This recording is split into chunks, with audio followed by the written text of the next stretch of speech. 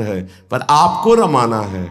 आप कितना रमण करते हैं मंत्र में, देखिए आप हृदय से देखिए, कितना शरणागति मंत्र में रमण करते हैं, कितना आप वाणी जी में समय देते हैं। खास बात, कितनी प्रगट सेवा करते हैं। मानसिक सेवा प्रगट सेवा के बाद ही प्रारंभ होती है। जब प्रगट सेवा में आसक्ति हो जाती है तो मानसिक अपने आप होने लगती है। जैसे श्री जी का श्रृंगार हो रहा है तो एक बाहर श्रृंगार हो रहा है, एक आंतरिक श्रृंगार हो रहा है। बाहर उतनी सौंज नहीं है, सेवा सौंज सामग्री, अंतर में एक से एक दिव्य हार जो दिव्य मणियों से चमक रहे हैं धारण करवाए। बाहर फूलों का हार, अंदर से मणियों का हार। बाहर से फूल का दाल सब्जी रख दी, अंदर से विविध प्रकार के भोग पदार्थ थाल में, साथ साथ चल रही मानसिक सेवा। गुरु भक्ति और गुरु प्रदत्त उपासना में जब शिष्य की आसक्ति हो जाती है तो उसकी प्रेमोन्नति होती है, वर्धमान प्रेम हृदय में बढ़ने लगता है। जिसका अपने गुरुदेव और ईश्वर में किंचन मात्र भेद दिखाई दे रहा है, अभी बहुत कच्चाई है। हमारे गुरुदेव ही साक्षात हमारी लाडली जो है, हमारे प्रभु है। हृदय में भाव होना चाहिए, वाणी से बोलने की जरूरत नहीं। वाणी से बोलने से अच्छा नहीं रहता। अपनी भावना को कभी वाणी से नहीं बोलना चाहिए। हम अपने गुरुदेव को साक्षात प्रभु मानते हैं, बोलने की जरूरत नहीं है, हृदय में रखने की जरूरत है। वाणी से तो व्यवहार में कैसे ऐसे ही अंदर से आपका भाव होना चाहिए। वाणी से बोल दिया आप मेरे भगवान हैं और आचरण में बिल्कुल नहीं दिखाई देता कि आप श्रद्धा रखते हैं किस कोट की, फायदा क्या हुआ? आपका जीवन बताए कि आप गुरुदेव को समर्पित हैं। गुरु और ईश्वर में किंचन मात्र भेद नहीं है। गुरु गोविंद न भेद कराई। प्रारब्धवशात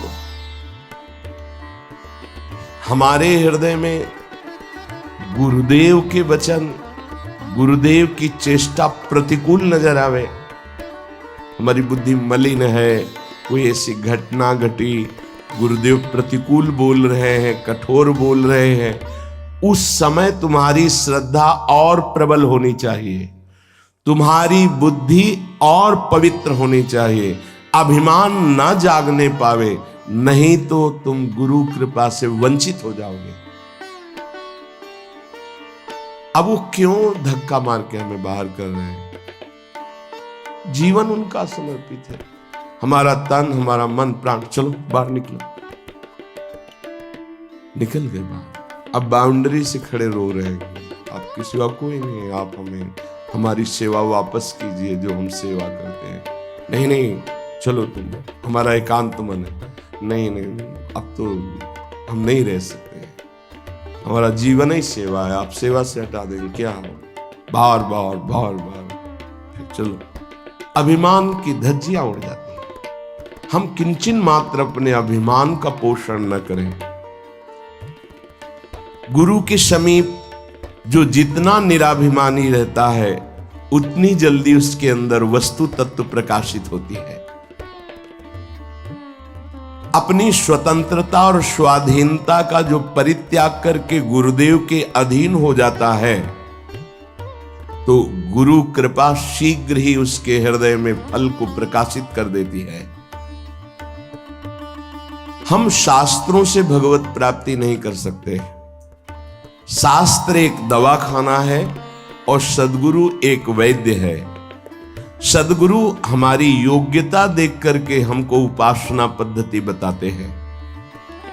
वहां कोई तर्क नहीं उठना चाहिए।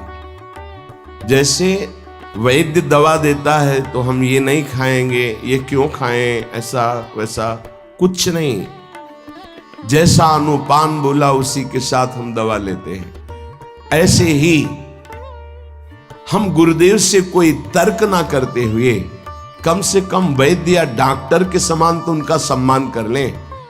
डॉक्टर से कोई तर्क करता है क्या, ये इंजेक्शन नहीं लगवाएंगे, ये दवा नहीं खाएंगे, नहीं, आराम से ले लेते, पैसा देके, फीस देके और हाथ जोड़ करके रोग निवृत्ति के लिए।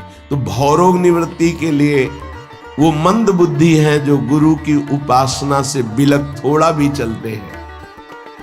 उत्तम शिष्य जब गुरुदेव के आश्रय को पुष्टता पूर्वक ये दर्शा देता है कि मैं सिर्फ आपका हूं, तो गुरुदेव के चिंतन मात्र से गुरु की आंतरिक शक्ति शिष्य में आ जाती है।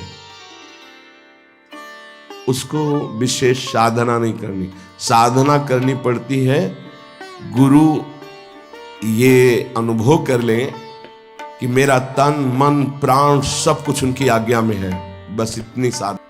राधे राधे दोस्तों, जय श्री कृष्णा। तो दोस्तों, आपको प्रेमानंद महाराज की बातें सुन के कैसे लगी हमें कमेंट बॉक्स में कमेंट करके बताएं। चैनल को सब्सक्राइब करें।